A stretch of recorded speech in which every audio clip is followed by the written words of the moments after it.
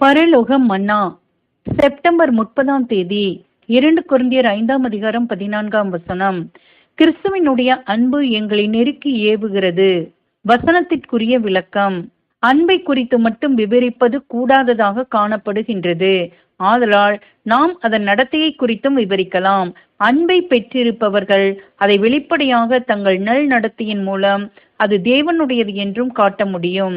இருதயத்திலும் நாவிலும் தங்கள் கையின் கிரிகைகளிலும் சிந்தனையிலும் தங்களை முற்றிலும் தேவ சாயலுக்கு ஒத்ததாக காட்டக்கூடியவர்களாய் இருப்பார்கள். கிறிஸ்துவின் சீசர்களாகவும் மாணவர்களாகவும் அவருடைய பள்ளியிலே நாளுக்கு நாள் அன்பில் அதிகமாக வளர்ந்து பூரணப்பட்டு மேலான அழைப்பை பெற முயல வேண்டும். இதை நமது அனுதின ஜீவியத்தில் வார்த்தையிலும் சிந்தையிலும் செய்கையிலும் பயன்படுத்தி பூரணப்பட வேண்டும். இதை குறித்து கவிஞன் எழுதியது: ஒவ்வொரு அன்பான நிழலும் வெளிச்சமாயிருப்பது போல ஒவ்வொரு கிருபையும் அன்பாயிருக்கிறது. ஆமென்.